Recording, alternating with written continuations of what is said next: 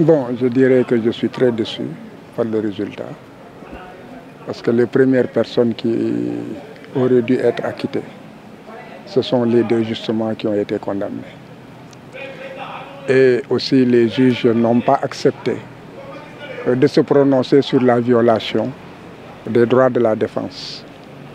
Ce qui en fait est très grave dans la mesure où ceux qui ont suivi ce procès savent que l'enquête de la gendarmerie, le travail des juges d'instruction, en fait tout cela a bafoué les droits élémentaires donc, de ces accusés.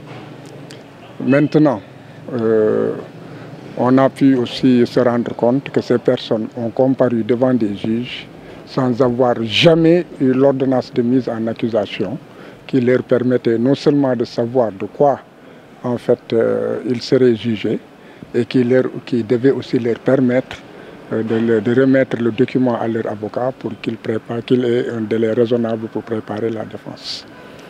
Il y a eu 11 acquittements. C'est un très bon résultat. Il y a eu 2 qui ont 6 mois avec sursis. Très bon résultat aussi. Même si ces derniers devaient aussi être relaxés purement et simplement parce que l'infraction était correctionnelle et non pas criminelle. Et il y a eu 2 qui ont la réclusion criminelle à perpétuité. Et ce sont justement ces personnes qui, en fait, étaient des médiateurs entre l'État, la rébellion, n'est-ce pas, et les institutions ou des organes de l'État qui ont été, en fait, condamnés. Bon, cela est dommage. On se posera beaucoup de questions. 26 personnes poursuivies, gardées en prison pendant 5 ans, 11 immédiatement blanchies. Ensuite, quelques mois plus tard, 3 ou 4 mois plus tard, 11 autres, comment dirais-je, acquittés, blanchis encore. Alors on doit se poser vraiment des questions sur la façon de procéder de notre justice et penser à de profondes réformes, surtout sur la question des délais raisonnables, des pouvoirs du ministère public, notamment du procureur de la République.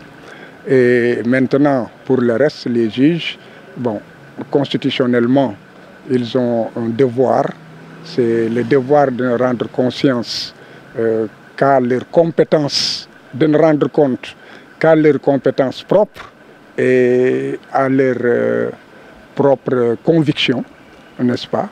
Et c'est pourquoi je dirais que ces jeunes magistrats ont été très courageux, mais ils ont montré aussi les limites. Disons, il y a eu 3 condamnations à la réclusion criminelle. Il y a César Atoute Badiat, donc on n'a pas voulu qu'il soit défendu. Cela n'est pas conforme en fait au droit. Même si une personne ne se présente pas, il peut effectivement il doit avoir droit à la défense. Et le juge aussi a l'obligation, n'est-ce pas, de voir si, même sans défense, si la personne peut être condamnée pour les faits pour lesquels elle est poursuivie, ou bien si en fait il n'y a pas de charge suffisante.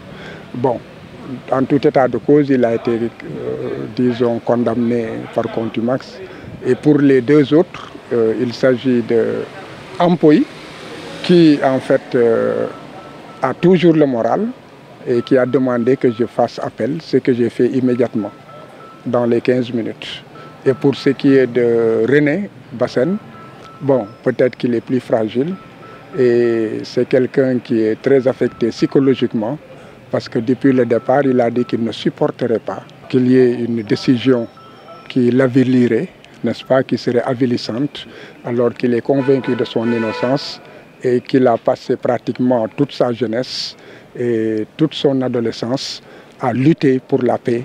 Et maintenant qu'on mette donc cette ignominie sur son dos, il ne pourrait pas le supporter et qu'il mettrait fin à sa vie.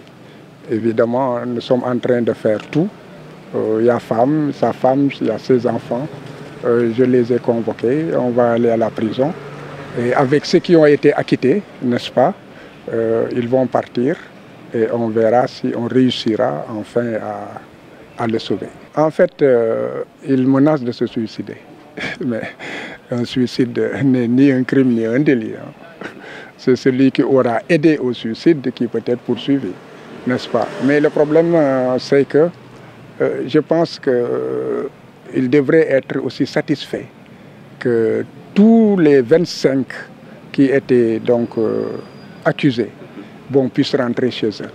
Il doit être fort et c'est un motif de satisfaction et reconnaître aussi que quelque part, les juges ont été courageux, chacun jusqu'aux limites que pouvait lui donner en fait sa force et son courage. Et maintenant, dire que pour 2 condamnations, n'est-ce pas, César, ça, en fait, c'est du théâtre. Il ne sera jamais arrêté. C'est pour la galerie. Donc pour les 2 autres, moi, j'ai bon espoir que la Cour d'appel, si elle n'annule pas toute la procédure, parce que les juges n'ont pas voulu s'y prononcer, parce qu'ils savaient qu'en examinant, en se prononçant sur les nullités, ce dossier aurait été bousillé dès le départ. Donc pour condamner, il fallait en fait qu'ils refusent de se prononcer sur cela, ce qu'ils ont fait, et la Cour d'appel pourrait, elle, redresser le tort qui leur a été fait et l'injustice quelque part qu'ils ont subi. Ou en tout état de cause, si elle décide d'aller au fond, continuer le courage que ces jeunes et braves magistrats ont eu et ont commencé.